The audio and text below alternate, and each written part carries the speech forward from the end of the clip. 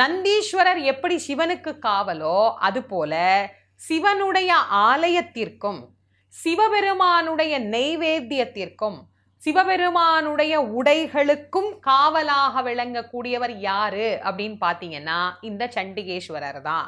இந்த சண்டிகேஸ்வரர் இத்தனையும் தன்னுடைய கட்டுப்பாட்டில் வைத்துக்கொண்டு யோக நிலையில் அமர்ந்திருக்கக்கூடிய ஒரு ஞான மூர்த்தி.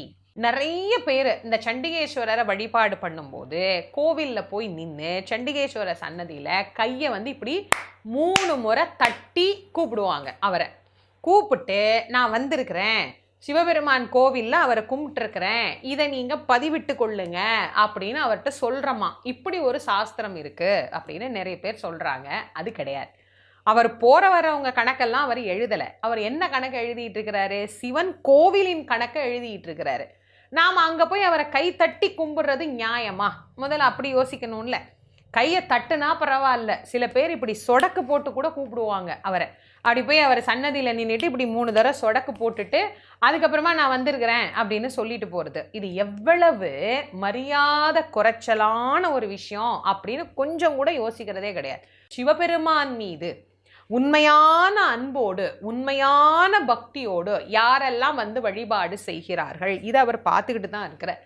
அப்போ நாம் ஆலயத்தை வலமாக வருகிற போது கையில் விபூதி இருக்குமா? அது கோவிலில் நமக்கு கொடுக்குற பிரசாதம். அதை கண்டிப்பாக ஒரு காகிதத்தில் மடித்து உள்ளே வச்சுக்கணும். அதை என்ன பண்ணக்கூடாது, அங்கங்கே தூண்ல எல்லாம் கொட்டக்கூடாது.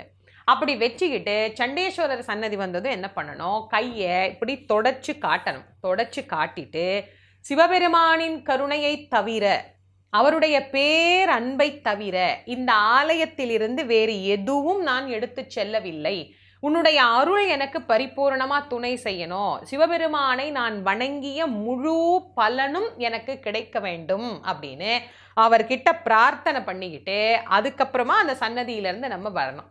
இவரை முழுசாவே நம்மளால சுத்த முடியாது. நீங்க கோவில்ல பாத்தீங்கன்னாலே தெரியும், இவரை போயிட்டு போன வழியே திரும்பி வரணும். அப்படி அவர்கிட்ட இருந்து நம்ம வெளியே வந்துட்டு அதுக்கப்புறம் நம்முடைய வழிபாட்டை வழக்கம் போல நாம தொடர்ந்து எடுத்துட்டு போவோம்.